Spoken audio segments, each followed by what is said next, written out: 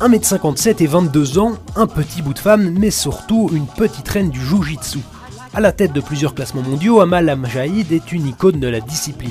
Problème, elle pourrait perdre l'un de ses précieux titres sans même l'avoir défendu.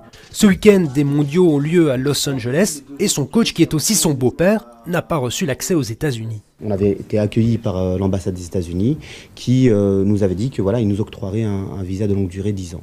Mais ce n'est pas le cas. Donc alors, la demande a été déposée à l'ambassade, il y a une enquête administrative qui doit avoir lieu et jusqu'à aujourd'hui, on reste sans nouvelles. Une situation problématique, d'autant que c'est déjà la deuxième fois que le problème se pose. En mai dernier, Khalid avait été refoulé avant même de prendre l'avion pour Los Angeles, sans aucun motif. Aujourd'hui, moi, ma seule inquiétude est que, étant donné qu'il n'y a pas de justification, ce serait qu'il y aurait un algorithme qui détermine, je ne sais pas par quelle raison, le refus de tel ou tel citoyen. À l'époque, on avait la chance de pouvoir rencontrer un douanier qui pouvait poser des questions sur la raison du voyage et qui pouvait déterminer si on était une personne qui pouvait porter danger au pays ou pas. Pour Amal, impossible de partir sans son coach. Il est indispensable pour des raisons sportives, mais ce n'est pas tout. C'est aux États-Unis que quasi tout se passe. Et donc là, il y aura les médias, il y aura les sponsors. Et il faut y aller pour pouvoir les rencontrer, discuter.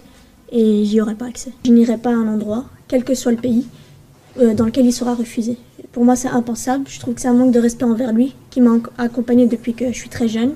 Amal et Khalid lancent aujourd'hui un appel au ministre des Affaires étrangères et à l'ambassade des États-Unis. Ils attendent une réponse avant jeudi. Après, il sera trop tard pour prendre l'avion et Amal devrait perdre sa place de numéro 1 mondial. À l'heure actuelle, aucun des deux n'a répondu à nos sollicitations.